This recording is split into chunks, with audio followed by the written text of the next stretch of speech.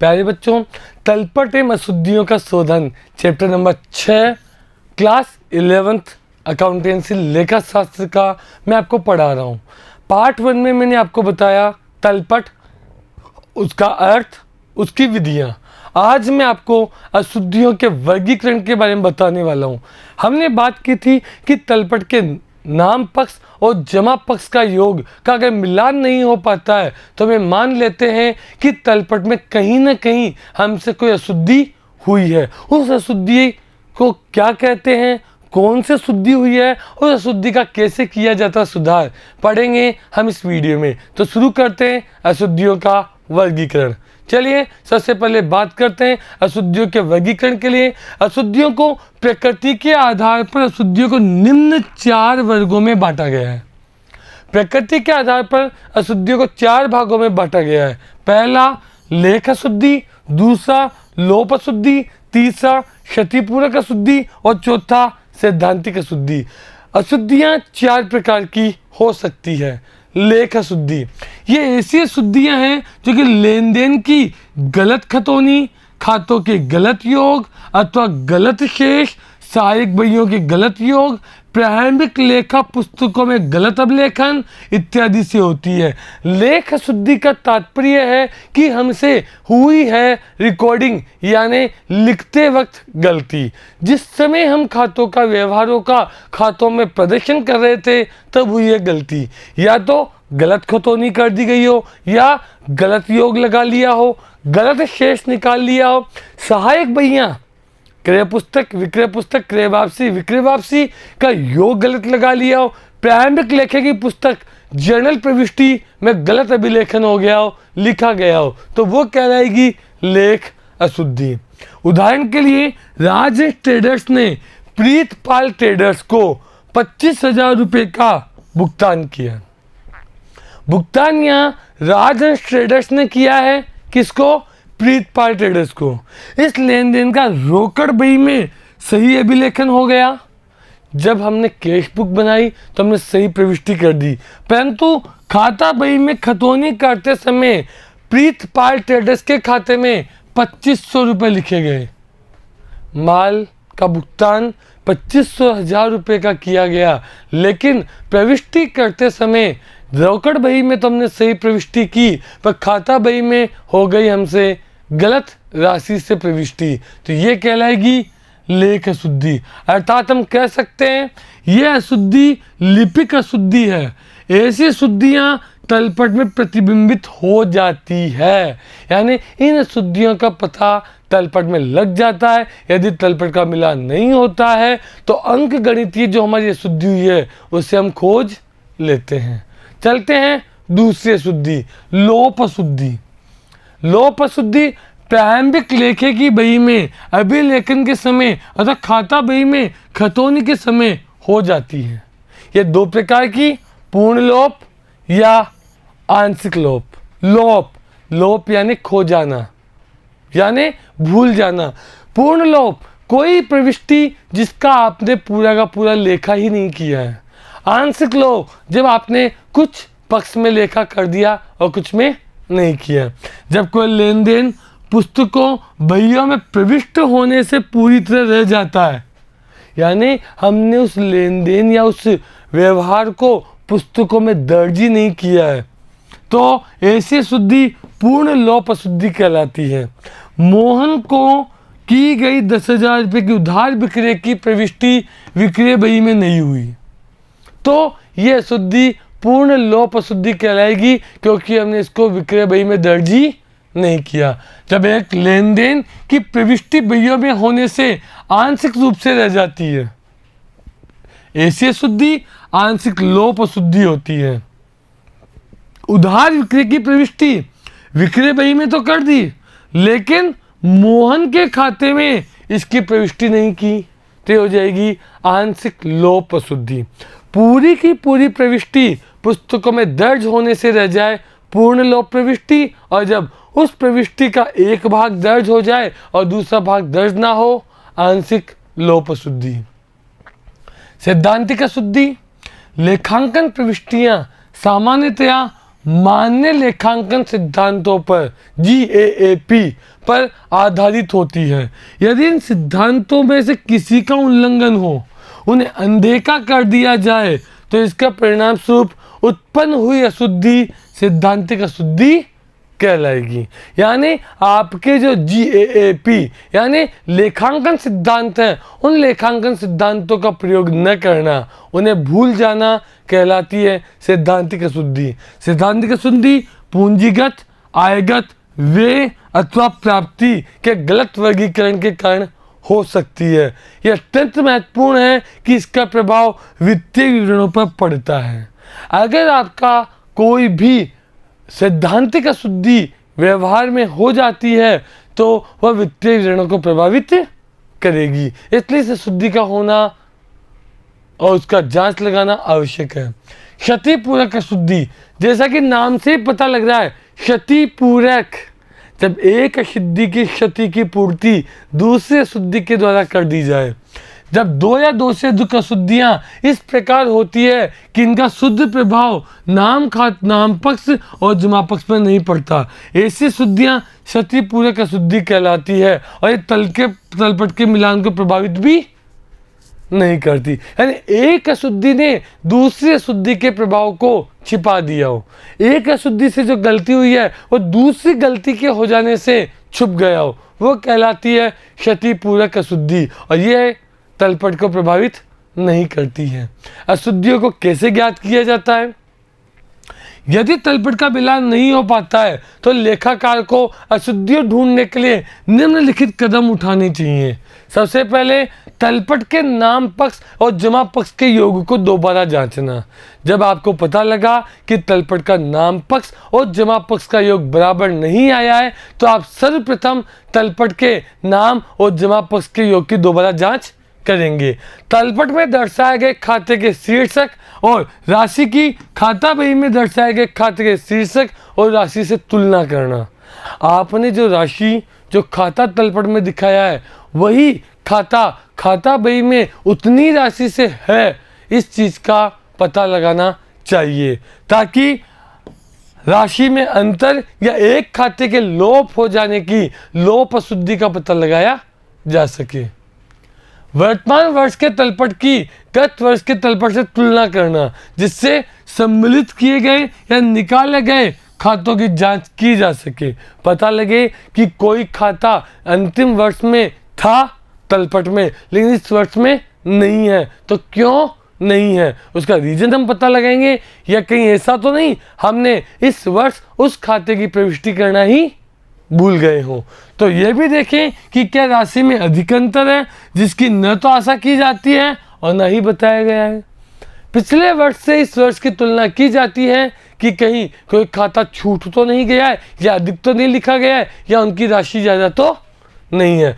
दोबारा जोड़ किया जाता है। खाता बही में प्रत्येक खातों के शेष के सही होने की जांच की जाती है। प्रत्येक खाते की दोबारा योग करके उनके दोबारा शेष निकाले जाते हैं। यदि नाम पक्ष और जमा पक्ष कॉलमों के मध्य का अंतर 2 से विभाजित हो जाता है, नाम पक्ष और जमा पक्ष के अंतर को 2 का डिवाइड करके देखते हैं तो अंतर के आधे के बराबर की राशि की खातोनी दूसरे खाते के गलत पक्ष में कर दी गई है। यानी जिसे DR करना था उसे गलती से हमने कर दिया है CR। अंतर के आधे के बराबर की राशि की खतौनी दूसरे खाते गलत पक्ष में लिख दी गई है। उदाहरण के तौर पे तलपट के नाम पक्ष का योग 1500 रुपये अधिक है। 1500 में हमने 2 का भाग दिया यानी कि 750 रुपये आए। तो देखेंगे 750 की जमा मद की खतौनी गलती से नाम मद के रूप में तो नहीं हो गई है। हम देखेंगे कोई जमा पक्ष में लिखना था 750 और हमने गलती से लिख दिया नाम पक्ष में। इस प्रकार की अशुद्धि ज्ञात करने के लिए एक लेखाकार 750 की राशि की सभी प्रविष्टियों की जांच करेगा कि कोई प्रविष्टि जो 750 रुपये की है वो गलती से जमा पक्ष की जगह नाम पक्ष में तो नहीं लिख दी गई है।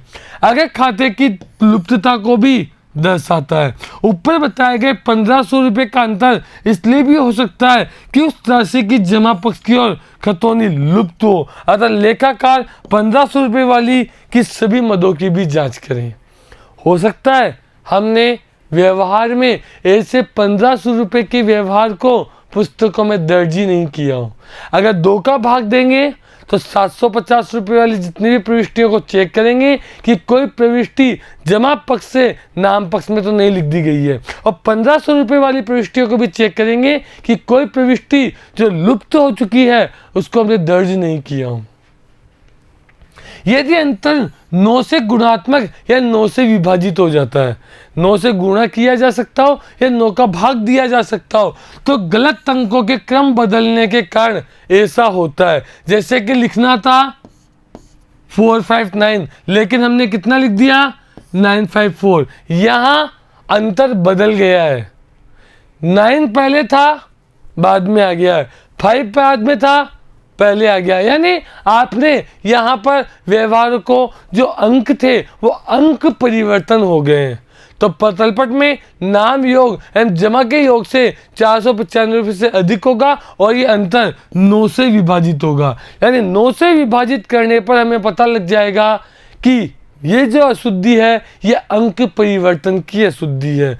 दशमलव की गलत व्यवस्था के कारण हुई त्रुटि की जांच भी इस विधि के द्वारा की जा सकती है। अतः तलपट में 9 से विभाजित किया जाए तो क्रम बदलने से हुई अशुद्धि की जांच करने में सहायता मिलती है। 9 का भाग अंतर में चला जाने पर हमें पता लगता है कि कोई अशुद्धि जिसको अंक परिवर्तन की अशुद्धि हुई हो। अशुद्धियों का संशोधन। संशोधन के संदर्भ में अशुद्धियों को 2 श्रेणियों में बांटा है, जो तलपट को प्रभावित नहीं करती हैं और जो तलपट को प्रभावित करती हैं। वे अशुद्धियां जिनके हो जाने पर भी तलपट का योग मिल जाता है उन्हें तलपट को प्रभावित नहीं करने वाली अशुद्धियां कहा जाता है, और ऐसी अशुद्धियां जिनके हो जाने पर तलपट का योग नहीं मिलता है उन्हें तलपट को प्रभावित करने वाली अशुद्धियों के नाम से जाना जाता है। अशुद्धियों के संशोधन में ये अंतर प्रासंगिक है क्योंकि वे अशुद्धियां जो तलपट को प्रभावित कर नहीं करती उनका प्रभाव किन्हीं 2 खातों में इस प्रकार पड़ता है कि उनका संशोधन रोजनामचा प्रविष्टि के माध्यम से सरलता पूर्वक किया जा सकता है। यानी अशुद्धियों का शोधन हम रोजनामचा जनरल प्रविष्टि के माध्यम से कर सकते हैं। वे अशुद्धियां जो तलपट को प्रभावित नहीं करती केवल एक खाते से संबंधित रखती है, इस दशा में उचंती खाता, हम जानेंगे उचंती खाता क्या होता है, को खोले बगैर सिर्फ रोजनामचा प्रविष्टि से संशोधन नहीं किया जा सकता।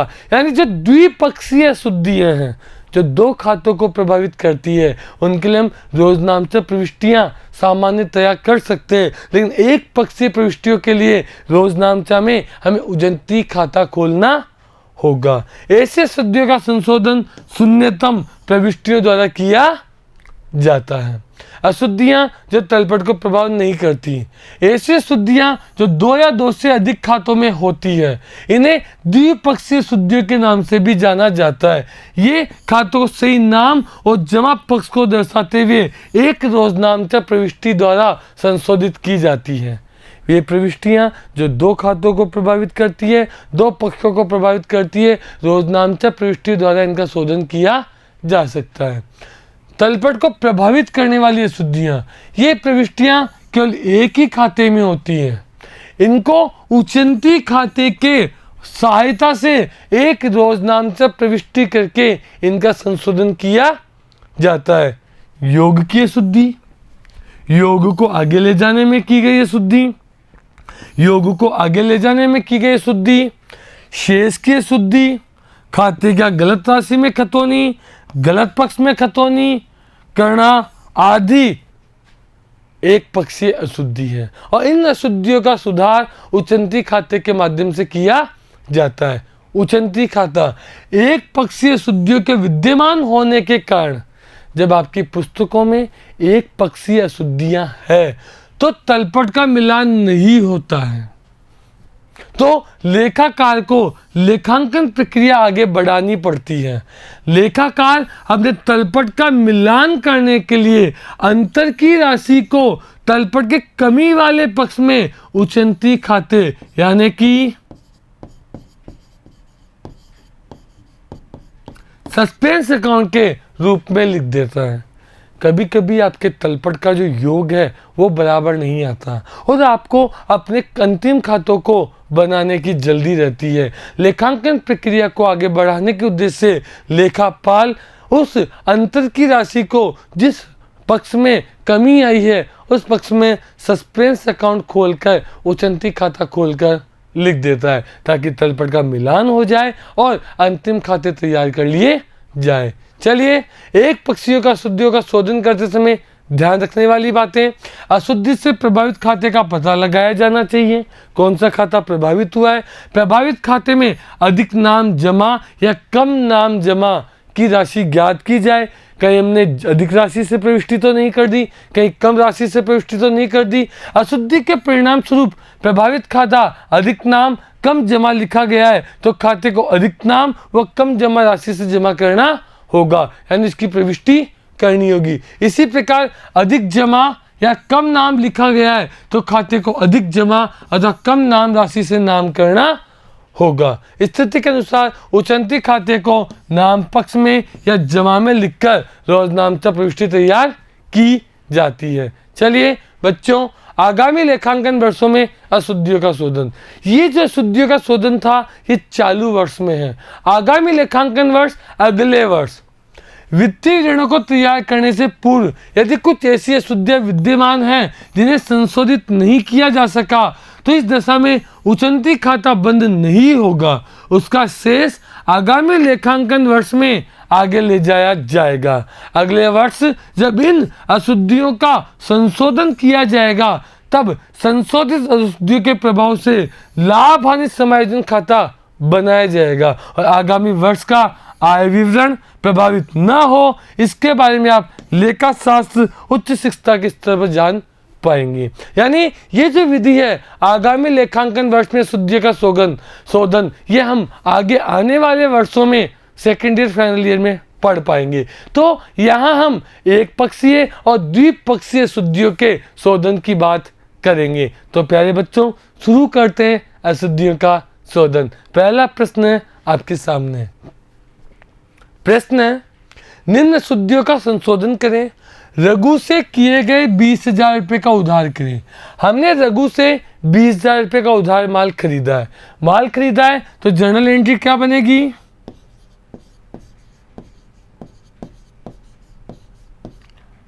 Purchase account ER to Raghu. वास्तविकता में हमें जो जर्नल एंट्री बनानी थी वो बनानी थी रघु से किए गए 20,000 का उधार करें।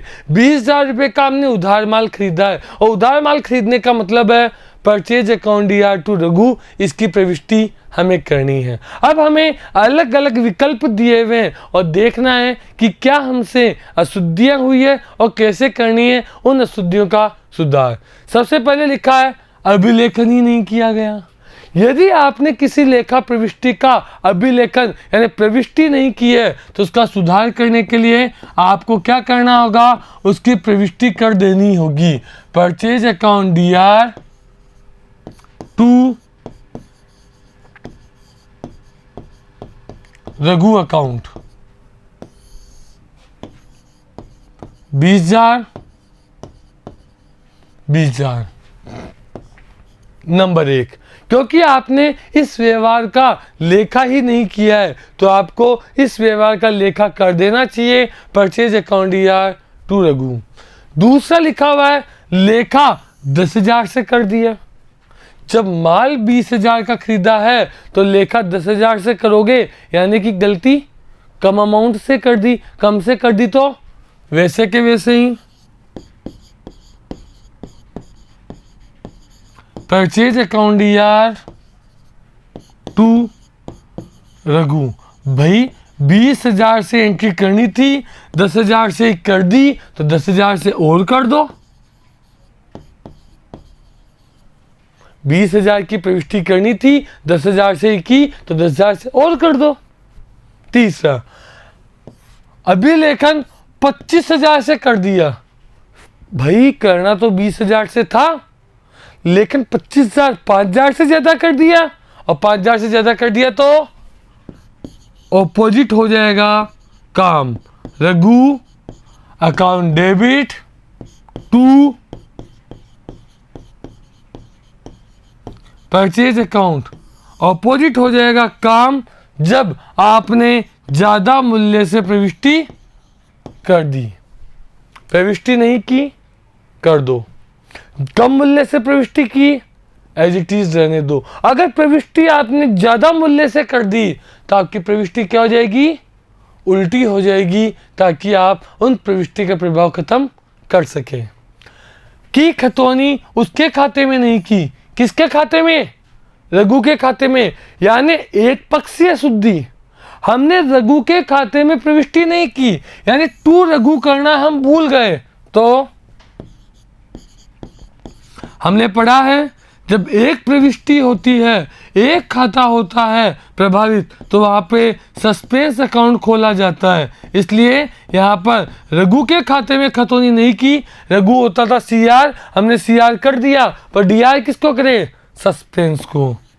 क्योंकि एक खाते में एक पक्ष में शुद्धि होने पर सस्पेंस अकाउंट खोला जाता है। यहाँ उसके खाते में प्रविष्टि नहीं की, यानी रघु के खाते में प्रविष्टि नहीं हुई। उसके खाते में 2,000 से की, रघु को 2 करना था 20,000 से, पर हमने प्रविष्टि कितने से की, 2,000 से, यानी कि हम 18,000 से प्रविष्टि और कर देंगे। Suspense account DR 2, Raghu account 18,000। 2,000 की जगह हमने 18,000, 20,000 की जगह हमने केवल 2,000 से प्रविष्टि की, तो 18,000 से और कर देंगे। चलिए आगे, राघव के खाते में कर दी, करना तो रघु को था, कर दिया राघव को। राघव को गलती से हमने क्या किया, सीआर, गलती से सीआर हुआ है, तो राघव क्या हो जाएगा अब, बिल्कुल सही कहा बच्चों, आपने उसे गलती से सीआर कर दिया, तब राघव को आप क्या कर देंगे, डीआर कर देंगे, और रघु जिसको सीआर करना था उसे सीआर कर देंगे, ताकि अशुद्धि का प्रभाव खत्म हो जाए। आपने गलती से राघव के खाते में प्रविष्टि कर दी, करनी थी प्रविष्टि रघु के खाते में, आपने कर दी राघव के में, यानी आपने राघव को गलती से क्या कर दिया, सीआर कर दिया, तो शुद्धि सुधारने के लिए राघव को क्या कर देंगे, डीआर, और रघु तो होना ही सीआर था। आगे चलें, रघु के खाते में नाम पक्ष में रघु को करना क्या है, सीआर, आपने प्रविष्टि कहां कर दी, नाम पक्ष में, यानी कि गलती से उसे डीआर कर दिया, तो आप उसे क्या करेंगे, सीआर कर देंगे। किस नाम से, suspense account D R 2, Raghu account, कितने से, 40,000 से। बताइए 40,000 कैसे आया, 20,000 से तो आपने उसे गलत डीआर कर दिया था, उस डीआर का प्रभाव खत्म करने के लिए आप 20,000 से सीआर कर देंगे, और 20,000 वास्तविकता में इसे सीआर करना था, इसलिए सस्पेंस अकाउंट डीआर 2 रघु 20,000। आगे चलें, राघव के खाते के नाम पक्ष में, रघु नहीं, राघव के खाते के नाम पक्ष में, तो सुधार करने के लिए क्या करेंगे आप,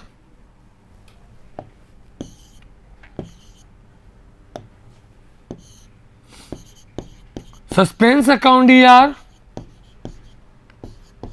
राघव को गलती से डीआर कर दिया, तो राघव क्या हो जाएगा, सीआर, जबकि सीआर किसको करना था, रघु को।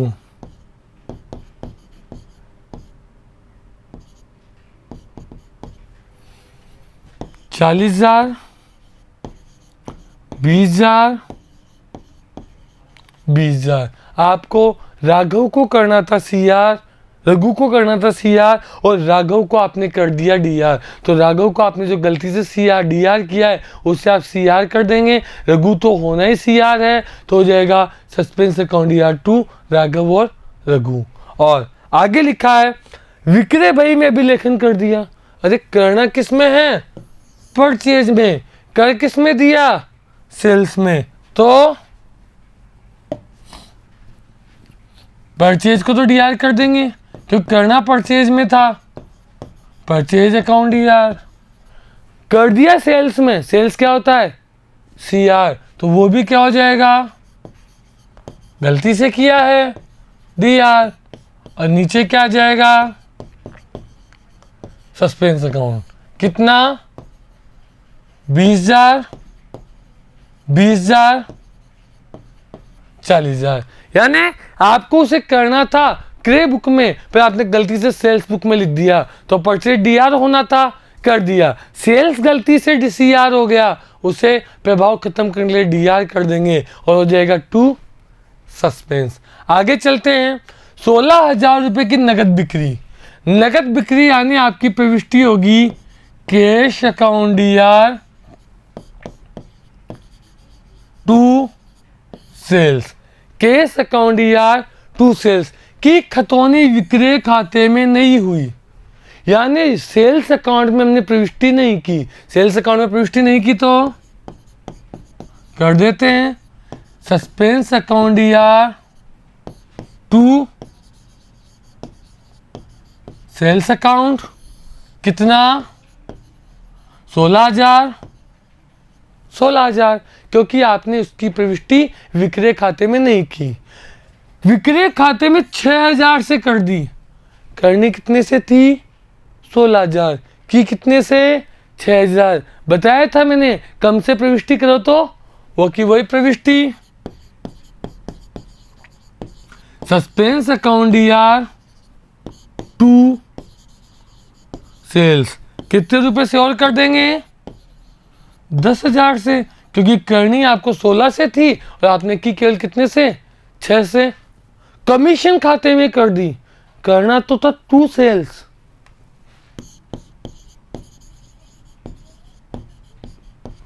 पर आपने क्या किया? 2 सेल्स की जगह 2 कमीशन कर दिया, क्योंकि लिखा हुआ है गलती से कमीशन खाते में कर दी। कमीशन को गलती से CR किया। अब क्या कर दोगे? अशुद्धि सुधारने के लिए हम कमीशन खाते को कर देंगे DR। Commission account DR to sales. 16,000, 16,000। समझ आया? चलते हैं अगले प्रश्न की ओर।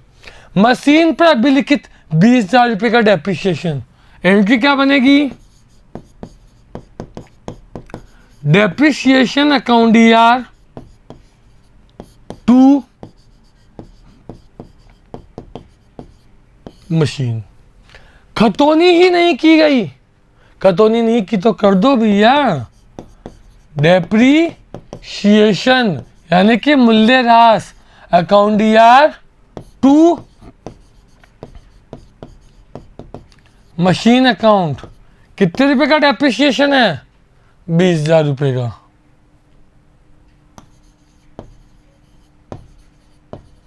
क्योंकि आपने मशीन पर जो डेप्रिसिएशन लगाया उसकी खतौनी ही नहीं की। खतौनी मशीन खाते में नहीं की, मशीन को CR नहीं किया, कर दीजिए suspense account DR to machine account. कितना? 20,000, क्योंकि आपने मशीन खाते में प्रविष्टि नहीं की। मशीन होता है CR। डेप्रिसिएशन खाते में नहीं की, डेप्रिसिएशन होता है DR, तो कर दीजिए। बिल्कुल सही समझ रहे हैं बच्चों आप। Depreciation account DR to suspense account. 20,000, 20,000। प्रविष्टि नहीं की, मशीन खाते में नहीं की, मूल्यह्रास खाते में नहीं की। चलते हैं अगले प्रश्न की ओर। तलपट का मिलान नहीं हो पाया। विक्रय वापसी बही का योग 1,000 रुपये अधिक है। विक्रय वापसी सेल्स रिटर्न हमेशा क्या होती है? डीआर। योग क्या है? अधिक। सेल्स रिटर्न हमेशा डीआर होती है, योग अधिक है, तो हम इसे क्या कर देंगे? सीआर। तो प्रविष्टि क्या बन जाएगी? Suspense account DR to sales return. 1,000 रुपये अधिक है, लीजिए 1,000। आगे चले। क्रय बही का योग 600 रुपये कम है। क्रय परचेज होता है डीआर, कम है तो as it is. Purchase account DR to suspense.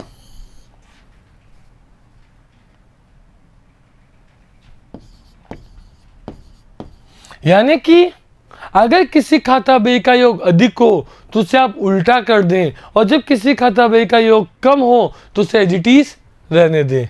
आगे चलें। विक्रय बही में पृष्ठ संख्या 4 का योग पृष्ठ संख्या 5 में 1200 के बदले 1,000 रुपये आगे लाया गया। 1200 की जगह 1,000, यानी 200 रुपये क्या हो गए? कम। आगे चलें। पृष्ठ संख्या 8 का योग पृष्ठ संख्या 9 में 5600 रुपये के बदले 5,000 रुपये लाया, यानी यहां पर भी 600 रुपये क्या हो गए? कम। यानी टोटल बात करूं तो 800 रुपये क्या हो गए? कम। कौन सी बही है? विक्रय बही। विक्रय बोले तो सेल्स, और सेल्स क्या होता है? CR. Suspense account DR to sales account. कितना? 800 रुपये। आगे चलें। राम को 1,000 रुपये की वस्तुओं की वापसी। राम को हमने वापसी की तो वो हो गई हमारे लिए परचेज रिटर्न। और परचेज रिटर्न क्या होता है? सीआर। विक्रय बही में कर दिया, करना था परचेज रिटर्न में, कर दिया गलती से सेल्स में। सेल्स में गलती से कर दिया तो सेल्स को तो क्या कर देंगे? डीआर। सीआर था, गलती से डीआर। करना था परचेज रिटर्न में, कर देते हैं टू परचेज रिटर्न। कितना? 1,000। सेल्स में गलती से कर दिया, सेल्स सीआर होता है, डीआर हो गया। करना था परचेज रिटर्न में, लिख दिया क्योंकि परचेज रिटर्न होता है सीआर। एम एंड कंपनी से 8,000 को उधार माल खरीदा, विक्रय बही में लिख दिया। जब खरीदा है माल तो परचेज डीआर होना था ना, लिख काय में दिया? सेल्स में। तो क्या करेंगे? परचेज में लिखना था, परचेज अकाउंट डीआर। लिख दिया किस में? सेल्स में। गलती से लिखा, सेल्स होता है क्या बच्चों? सीआर। तो अब क्या हो जाएगा? डीआर। और टू एम एंड कंपनी, क्योंकि आपको इसे क्रय पुस्तक में लिखना था, विक्रय में लिख दिया। क्रय होता है डीआर, डीआर कर देंगे। विक्रय होता है सीआर, गलती से लिखा तो उसे भी कर देंगे डीआर। तो purchase account DR, sales account DR to M company. कितना? 8 8 16। आगे चले। एस कंपनी से 5,000 का उधार क्रय, वही बात विक्रय बही में लिख दी, परचेज सेल्स। लेकिन एस एंड कंपनी को सही लिखा, एस एंड कंपनी में गलती नहीं हुई है, तो कल लिखना किस में था? परचेज में। गलती से लिख दिया किस में? सेल्स में। और इसकी जगह क्या आ जाएगा? सस्पेंस, क्योंकि एस एंड कंपनी में कोई गलती नहीं हुई है।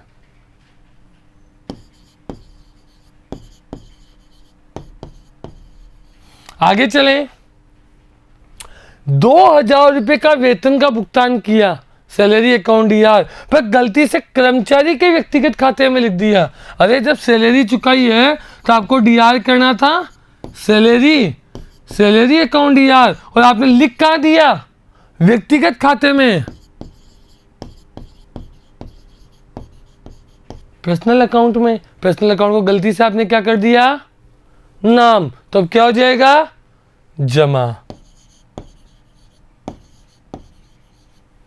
क्लियर है? आगे चलते हैं। अगला प्रश्न है, वो कह रहा है कि मशीन की स्थापना के 600 रुपए को मजदूरी खाते में लिख दिया। जब खर्चा मशीन का है तो कौन से खाते में जाएगा? मशीन खाते में। किसमें जाएगा बच्चों? मशीन में। मशीन की स्थापना पर जब आप कोई पैसे खर्च करते हैं तो आप मशीन खाते को डीआर करते हैं, लेकिन गलती से आपने उनको किस में लिख दिया? मजदूरी में। यानी गलती से आपने मजदूरी को क्या कर दिया? डीआर। तो मजदूरी यानी वेजेज, वेजेज को आप क्या कर देंगे प्यारे बच्चों?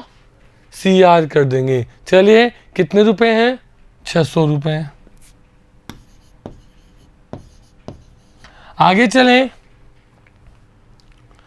मशीन की 400 रुपए की मरम्मत मशीन खाते में लिख दी।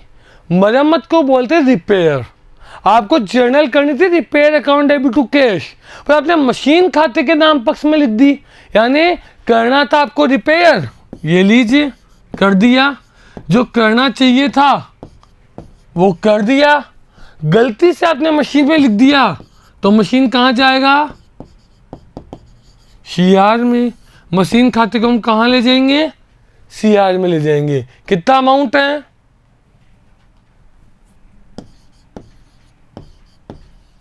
400। आगे चलें। एक पुरानी क्रय की गई मशीन की मरम्मत। हमने मशीन खरीदी है, मशीन खरीदी, पुरानी मशीन खरीदी और उसकी मरम्मत कराई। यहाँ हमने मशीन की मरम्मत कराई तो रिपेयर खाते में जाएगा, लेकिन खरीदी गई मशीन की मरम्मत कराई तो मशीन खाते में जाएगा। हमने लिख किस में दिया? रिपेयर में। लिखना था मशीन में, लिख दिया रिपेयर में, तो आ जाएगा machine account DR to repair. प्यारे बच्चों ध्यान से समझ लें, जब आप किसी मशीन की रिपेयर कराते हैं तो रिपेयर अकाउंट को करते हैं डीआर, लेकिन जब कोई मशीन खरीद कर उसकी रिपेयर कराते हैं तो करते हैं मशीन अकाउंट को डीआर। क्लियर है? कितना? 1000 रुपये। आगे चलें। 8000 रुपये की सामग्री और 2000 रुपये की मजदूरी पैसे भवन निर्माण में लगी, जिसका कोई पुस्तकों में लेखा ही नहीं किया। भवन का निर्माण कर रहे हैं तो बिल्डिंग अकाउंट डीआर। अगर आपने लेखा नहीं किया है तो क्या करोगे बच्चों? अब उसका लेखा कर दोगे। किस किस चीज का? सामग्री लगी तो टू परचेज, और मजदूरी लगी तो टू कैश, पैसे। सामग्री कितने की? 8000 की। मजदूरी कितने की? 2000 की। टोटल बिल्डिंग में कितने आ जाएंगे? 10,000 रुपये। Building account DR to purchase, सामग्री लगी, और टू मजदूरी, टू कैश। आगे लिखा है 5000 रुपये के फर्नीचर हमने खरीदा, फर्नीचर अकाउंट डीआर, पर हमने उसकी लेखक क्रय पुस्तक में कर दी। फर्नीचर को डीआर करना था, हमने तो परचेज को डीआर कर दिया, तो फर्नीचर को डीआर कर दो जिसे करना था 5000 से। पर आपने गलती से कर दिया परचेज को डीआर, तो परचेज अब कहाँ चला जाएगा बच्चों? सीआर में 500। पर ये क्या? डीआर और सीआर का योग बराबर नहीं आ रहा, तो बचा हुआ अमाउंट कहाँ चला जाएगा? टू सस्पेंस, 4500 रुपये। क्लियर है? आगे चलें। करीम को एक पुरानी मशीन उसके पुस्तक मूल्य पर 2000 रुपये में बेची। करीम को हमने 2000 रुपये में कोई पुस्तक बेची, मशीन, तो हम लिखेंगे टू मशीन। पर गलती से हमने इसके विक्रय बही में लेखा कर दिया, हमने कर दिया सेल्स बुक में। तो करना तो था टू मशीन,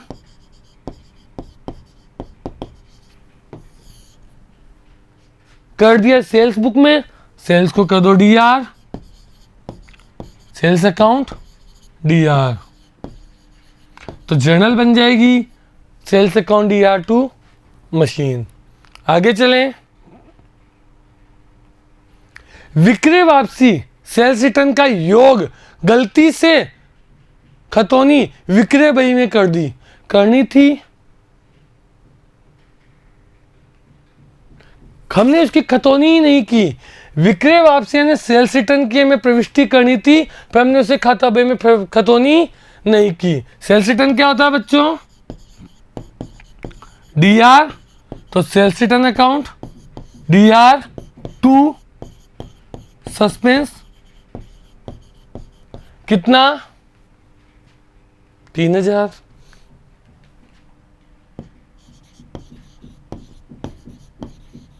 यानी आप समझ पा रहे हैं, यदि हमने किसी खाते को जिसे नाम करना था गलती से अगर हमने उसे जमा कर दिया है, तो अशुद्धि सुधार करते समय आप उसका खाता बदल देंगे, यानी नाम को आप जमा पक्ष में ले जाएंगे। इसी प्रकार किसी खाते को आपको जमा करना था लेकिन गलती से आपने उसे नाम कर दिया है, तो डबल से वो जमा हो जाएगा।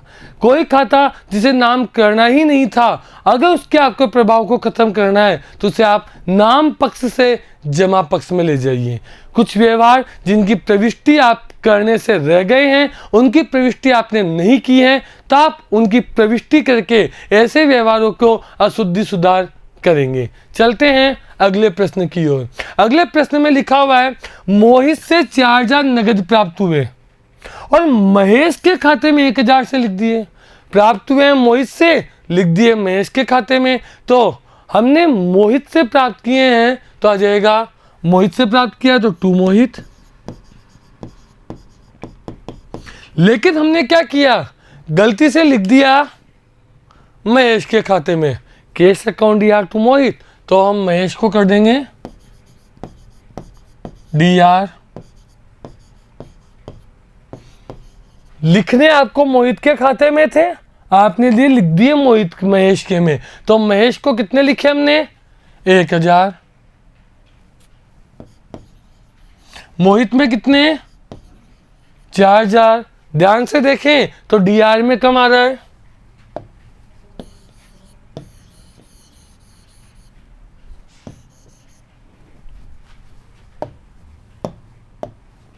तो सस्पेंस अकाउंट DR ओपन हो जाएगा 3000 से और टू मोहित 4000 रुपये, क्योंकि आपको मोहित के खाते में लिखने थे और आपने लिख दिए महेश के खाते में। अरुण के खाते में 6000 रुपये पूर्ण बंदोबस्त के रूप में 5800 का चेक प्राप्त हुआ और ये चेक हो गया अनादृत। अनादृत हो गया तो चेक हम वापस अरुण को लौटाएंगे और इसकी प्रविष्टि हमने नहीं की। प्रविष्टि नहीं की तो अब कर देते हैं अरुण अकाउंट DR।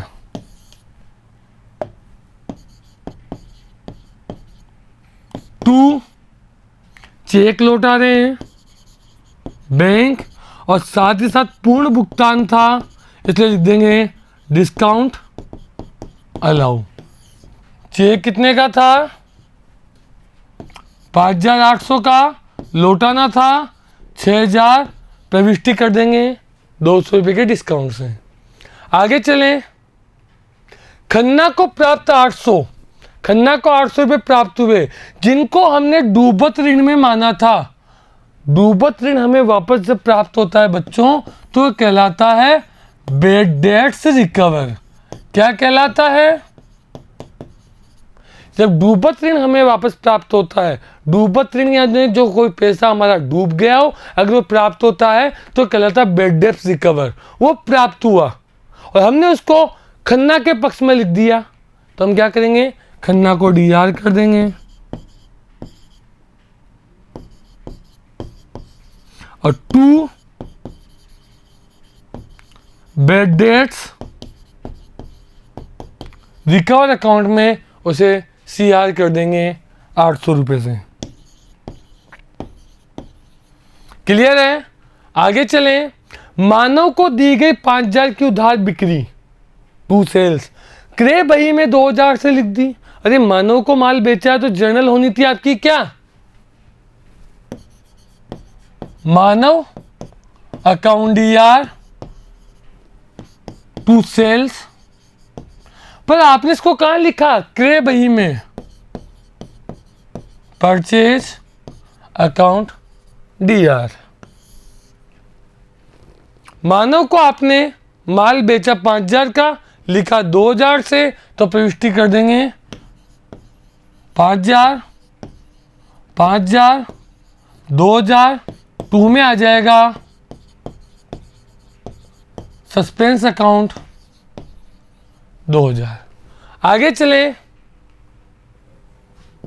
क्रय बही का योग 1000, क्रय बही का योग 1000 कम लिखा गया। कम लिखा तो सेम एंट्री कर दो। Purchase account DR to suspense 1000 रुपये, कम लिखा तो प्रविष्टि कर देंगे। आगे चलें। आगे लिखा हुआ है 1600 की मशीन की मरम्मत को मशीन खाते में लिखा, हम पहले भी कर चुके हैं। Machine account DR to repair, लिखना था मशीन अकाउंट में, हमने लिख दिया रिपेयर अकाउंट में। क्लियर है? आगे चलें। और अंतिम, नत्थु द्वारा वापस किया गया माल, नत्थु ने में माल वापस किया तो हमने सेल्स रिटर्न, उसकी कोई प्रविष्टि नहीं की तो प्रविष्टि कर देंगे sales return account DR to नत्थु।